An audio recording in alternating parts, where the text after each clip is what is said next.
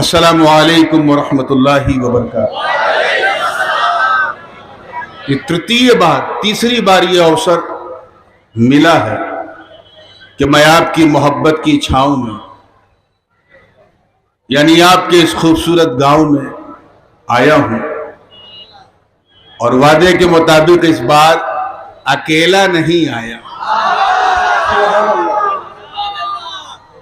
اس لیے میں جانتا ہوں رات کافی ہو گئی، بات بھی کافی ہو گئی، اور مجھے پورا اندازہ ہے کہ نعت بھی کافی ہو گئی ہوگی بغیر کسی تاخیر کے، کیونکہ میں جانتا ہوں جلسہ اپنے نردھارت سمے سے تھوڑا سا بلمب ہو گیا ہے۔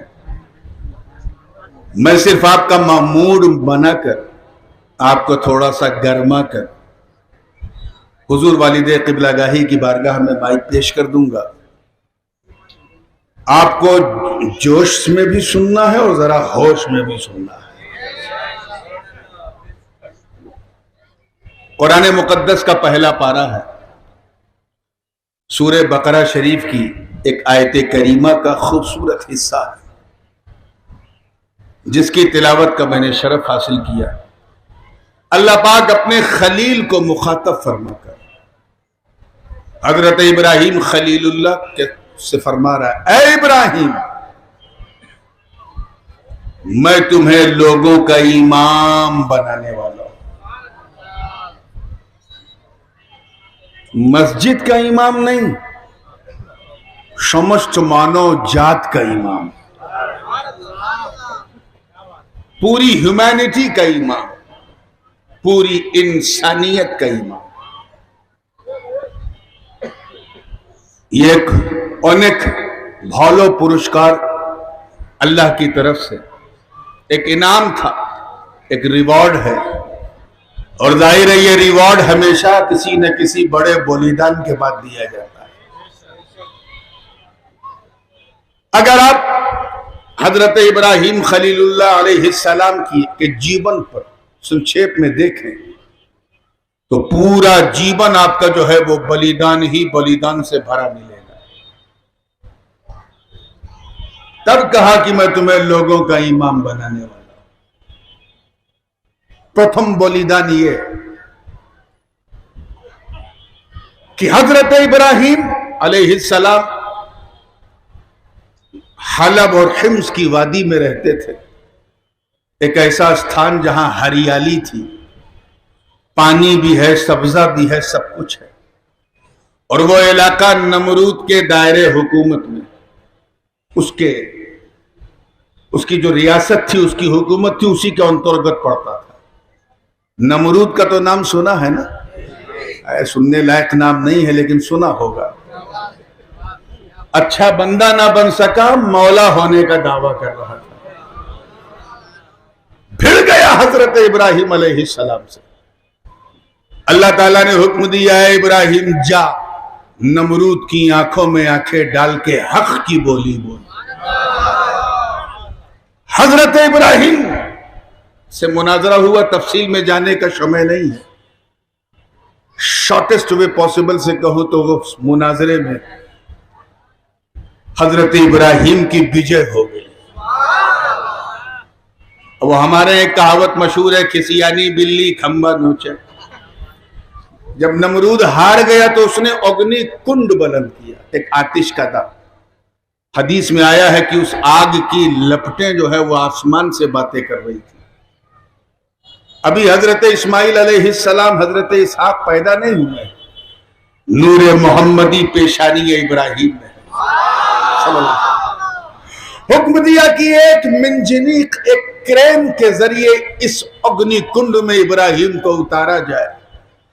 ابھی آگ کے قریب ہی تھے کہ بلبل سدرہ حضرت جبریل نے اپنا نشیمن چھوڑا اور بارگاہ خلیل میں حاضر ہو کے عرض کیا، میں آئی ہیلپ یو، کیا میں آپ کی کوئی سہایتا کر سکتا ہوں؟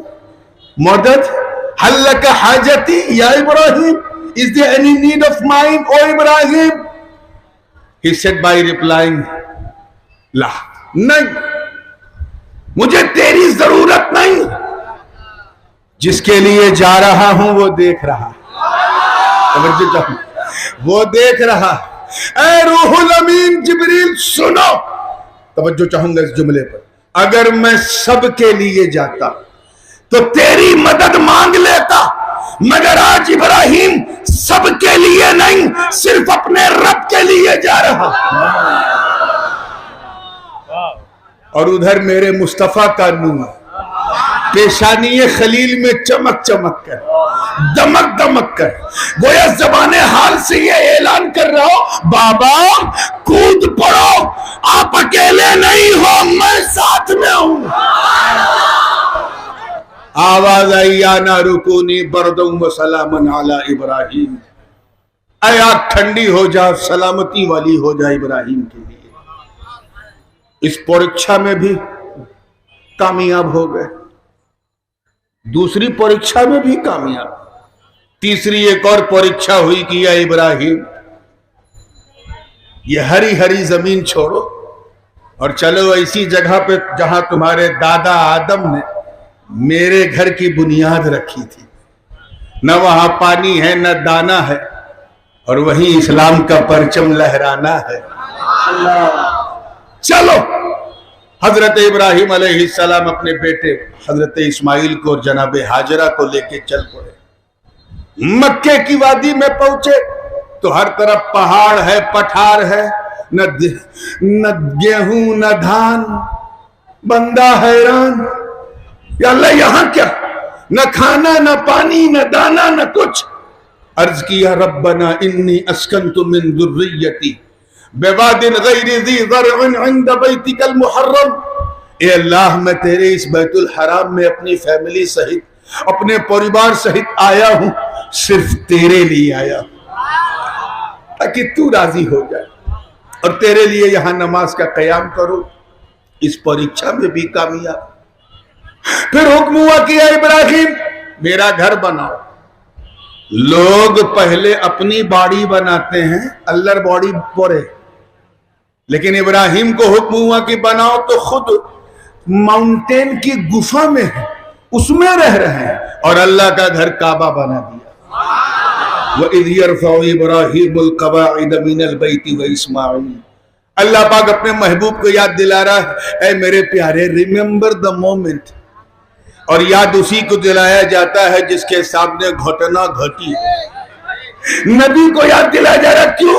کیونکہ نبی اس منظر کو دیکھ رہے تھے، توجہ چاہوں گا، دیکھ رہے تھے، ارے دور سے نہ صحیح، نور سے دیکھ رہے تھے۔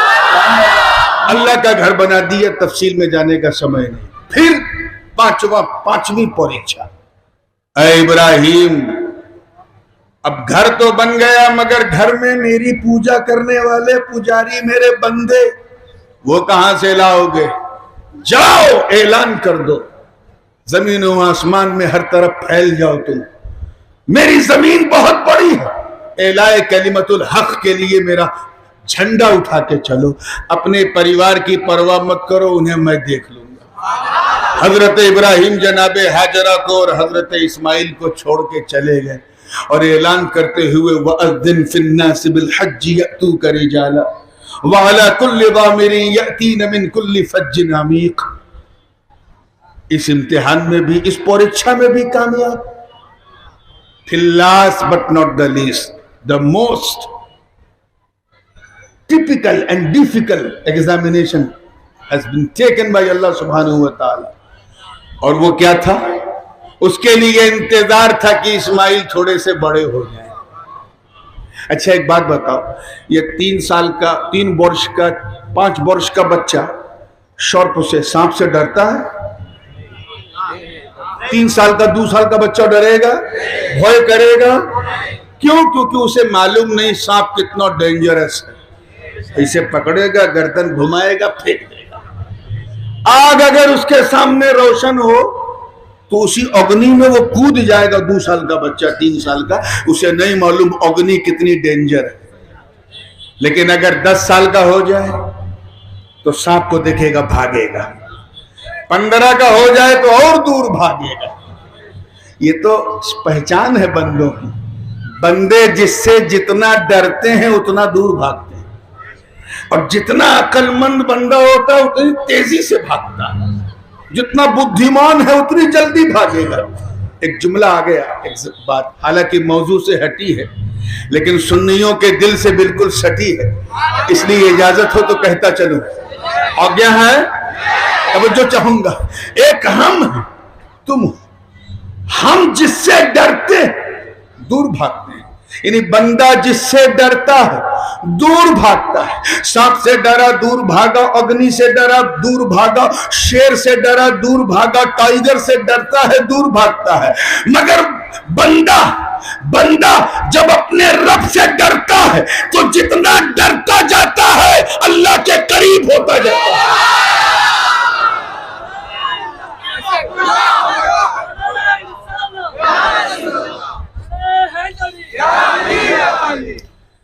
بہت تیزی تاڑا تاڑی میں چل رہا ہوں، توجہ چاہوں گا، بالکل ایکسپریس ٹرین کی طرح کسی چھوٹے اسٹیشن پہ نہیں رکے گی۔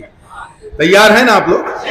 اب دیکھیے زندگی کے ساتھ اس عجیب و غریب امتحان، ایک ایسی آیو میں جب حضرت اسماعیل علیہ السلام سن شعور کو پہنچ گئے، قرآن پاک میں ہے فَلَمَّا بَلَغَ مَعَهُ السَّعْيَ، یعنی ایسی عمر میں پہنچے جس عمر میں بچہ بالغ اپنے ہاتھ سے اپنا کام کرنے لگتا ہے، اپنی کوششیں خود کرنے لگتا ہے، بدھیمان ہو جاتا ہے، سمجھدار ہو جاتا ہے۔ جب اس عمر میں حضرت اسماعیل پہنچے تو ایک سپنا آیا حضرت ابراہیم۔ کیا آیا؟ اچھا، سپنا کبھی اپنا نہیں ہوتا ہے، ہاں یہ بات دماغ میں رکھیے گا۔ اگر کوئی صاحب سپنا دیکھیں کہ میں 1,00,000 ٹکا میرے گھر میں ہے، کروڑ پتی ہو گئے ہیں، تو صبح اٹھیں گے تو پتا چلے گا نہ کروڑ پتی نہ لکھ پتی، ہم تو صرف اپنی پتنی کے پتی ہیں۔ چلیے تھوڑا مسکرایا اپنے، اللہ یہ مسکان آپ کے چہروں پہ سلامت رکھا۔ سپنا کبھی اپنا نہیں، لیکن خلیل اللہ کی خلت کو سلام، انہوں نے سپنے کو بھی اپنا بنا لیا۔ سپنا دیکھا تو ہاتھ میں چھری لے کے آئے۔ چھری کہتے ہیں کہ چاقو؟ کیا کہتے ہیں آپ؟ ہمارے یہاں جس سے سبزی وبزی کاٹتے ہیں اس کو چھری، اور جس سے گوشت کاٹتے ہیں اس کو چاقو، اور جس سے گردن کاٹتے ہیں اس کو خنجر کہتے ہیں۔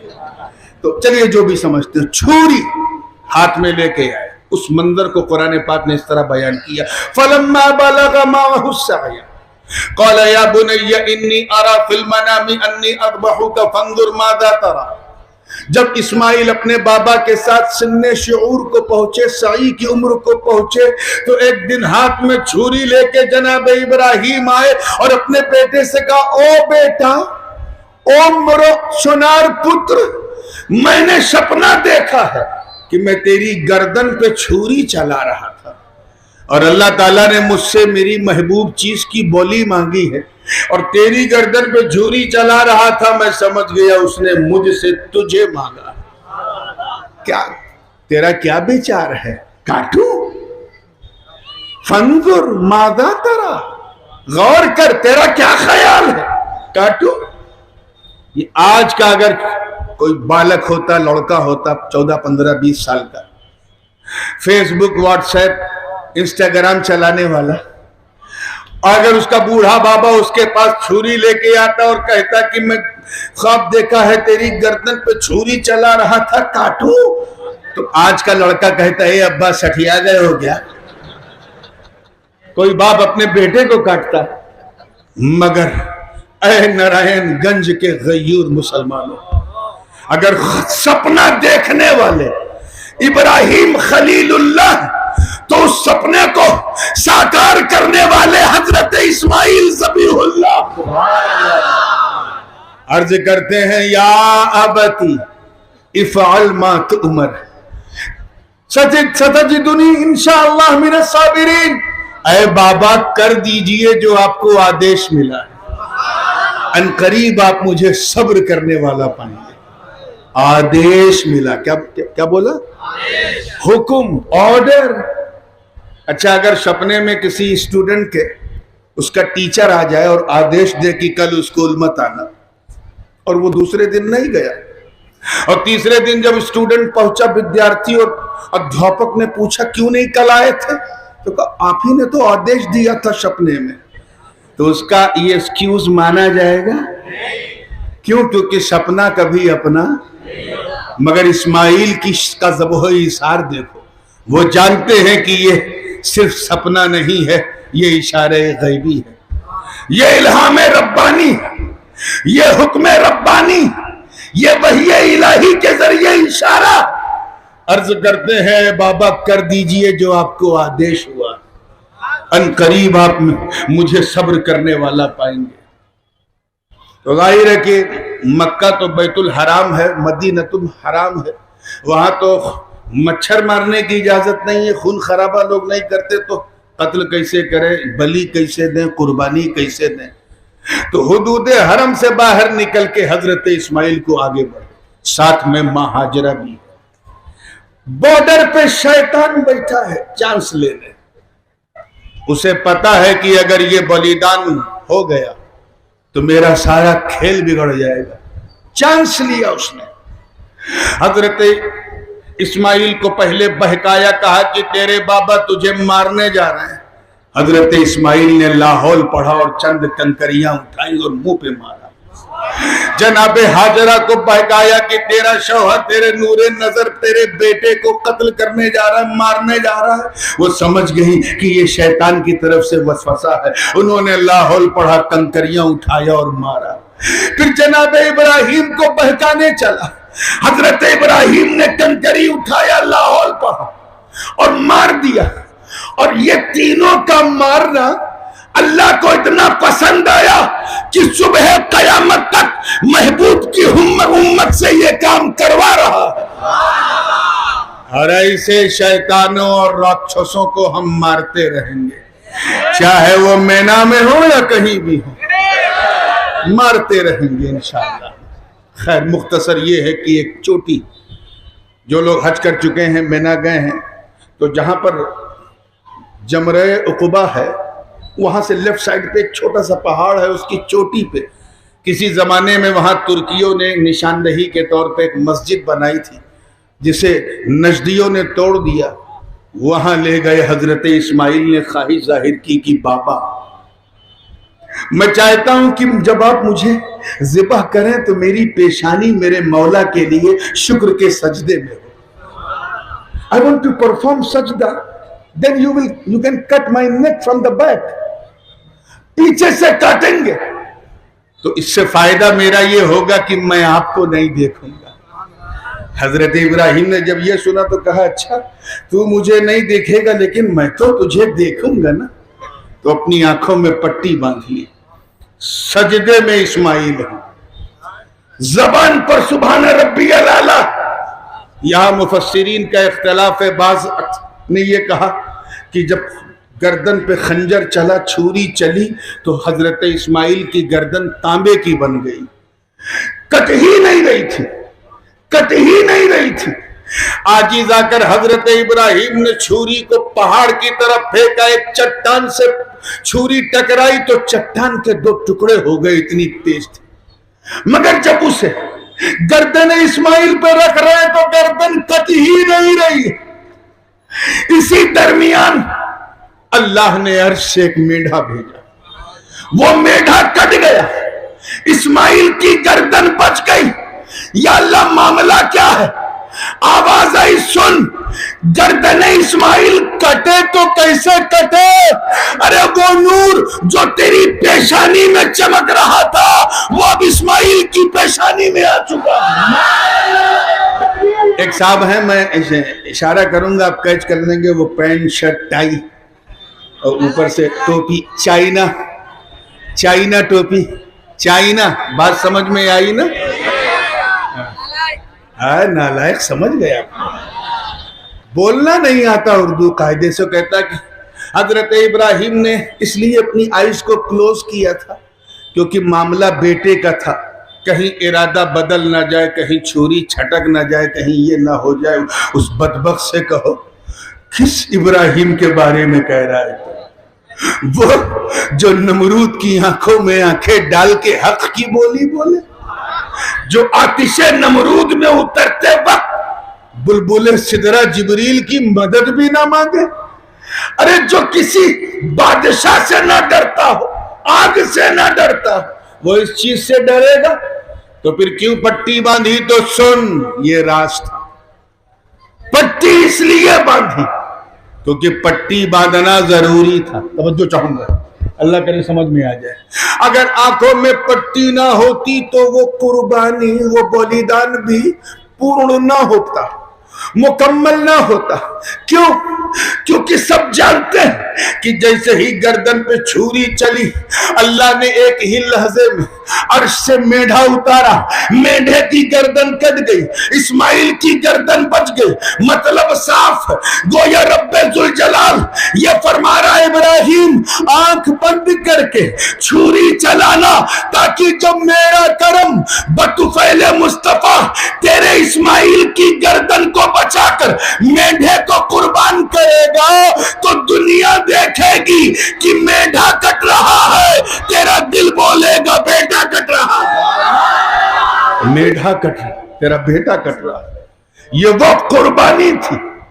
فلما اسلما وتلہ للجبین، جب دیکھا، پٹی کھولی تو دیکھا اسماعیل کھڑے مسکرا رہے، میڈھا ذبح ہو گیا۔ من ہی من میں خیال آیا کہ اے اللہ، خواب میں تو میں نے اپنے بیٹے کو ذبح کیا تھا، اور سچائی میں، حقیقت میں یہ دمبا، یہ میڈھا کٹ گیا۔ کہیں میری قربانی تو نے رد تو نہیں کر دی؟ کہیں میری طرف سے کچھ مسٹیک تو نہیں ہو گئی؟ ابھی من میں، ہردے میں صرف یہ شنکا، یہ خیال آیا تھا کہ آواز آئی، وَنَادَيْنَاهُ أَن يَا إِبْرَاهِيمُ، ہم نے پکارا ہے ابراہیم، قد صدقت الرؤیا انا كذلك نجزي المحسنین، تحقیق کہ تو نے اپنے سپنے کو سچا کر دیا، اور ہم احسان من بندوں کا بدلہ ایسے ہی دیتے ہیں کہ ان کا کام بھی ہو جائے، نقصان بھی نہ ہو۔ اور اے ابراہیم، تو نے میرے لیے بڑی بڑی جٹل اور بہت ہی کٹھن پریکشا دی ہے، مگر ان ھذا، توجہ چاہوں گا، لہو البلاء المبین، یہ اب تک کی سب سے کٹھن پریکشا تھی، تو اس میں بھی کامیاب۔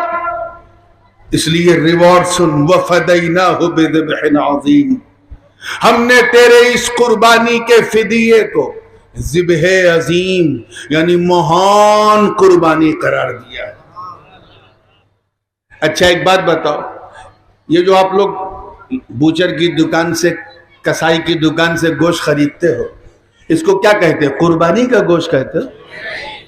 لیکن جو 10 ذوالحجہ کو، 11 کو، 12 کو جو ہم لوگ ایام نہر میں کرتے ہیں، اسے کیا کہتے ہیں؟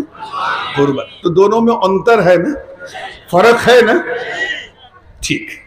اب آئیے دوسرا چیپٹر۔ سپنے میں کس کی گردن کٹی تھی؟ اسماعیل علیہ السلام۔ اور حقیقت میں کس کی کٹی؟ میڈھے کی کٹی، بکرے کی کٹی، ٹھیک ہے۔ اچھا یہ بتائیے، انسان مہان ہوتا ہے کہ جانور؟ اشرف المخلوقات ہے۔ اور پھر اسماعیل تو بہت مہان، وہ تو نبی ہیں، رسول ہیں، تو اسماعیل ہیں سپیریئر۔ توجہ سے، بہت باریک بات کہہ رہا ہوں، اسماعیل ہیں سپیریئر، میڈھا ہے انفیریئر۔ اسماعیل ہے افضل، میڈھا ہے مفضول۔ اسماعیل ہے مہان، میڈھا بالکل سادھارن۔ مہان کا بدلہ سادھارن کیسے؟ سپیریئر کا فدیہ انفیریئر کیسے؟ ہمیں جب اسماعیل کی گردن پہ چھری چلی تو وہ تو مہان تھے، ان کی گردن پہ چھری چلنے کو صرف کٹنا کہا، انی اذبحک فانظر ماذا تری، اذبحک فانظر ماذا تری، مگر جب بیٹھے کی گردن پہ چلی تو کٹنا نہیں کہا، وفدیناہ بذبح عظیم، ہم نے اس قربانی کا فدیہ مہان قربانی کیا ہے۔ تو پھر وہ مہان ہے کون؟ وہ فدیہ میڈھا تو ہو نہیں سکتا، وہ مہان ہے کون؟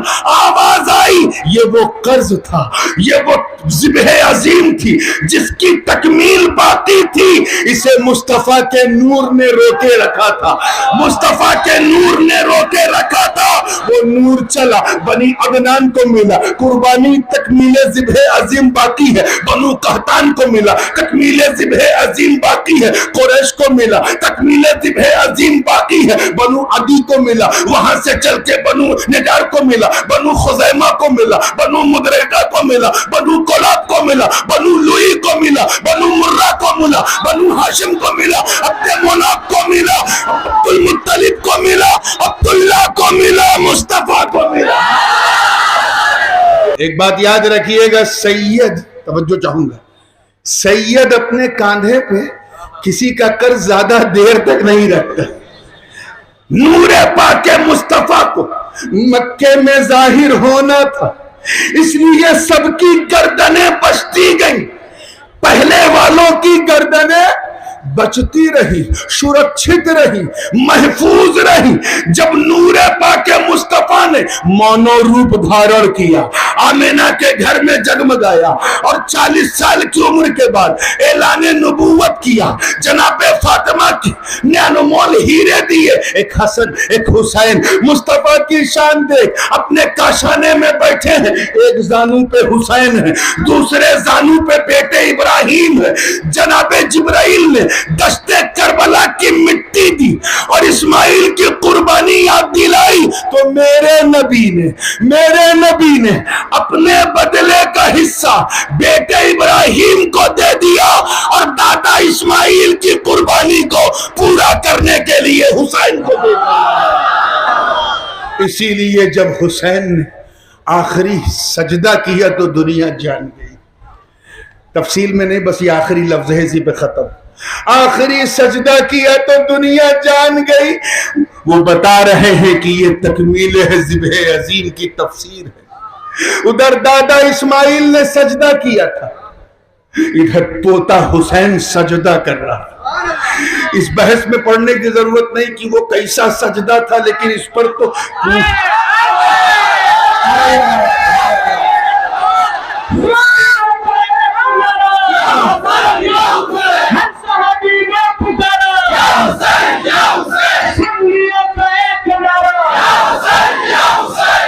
وہ نماز کا سجدہ تھا کہ سنت کا تھا کہ فرض کا تھا کہ واجب کا تھا؟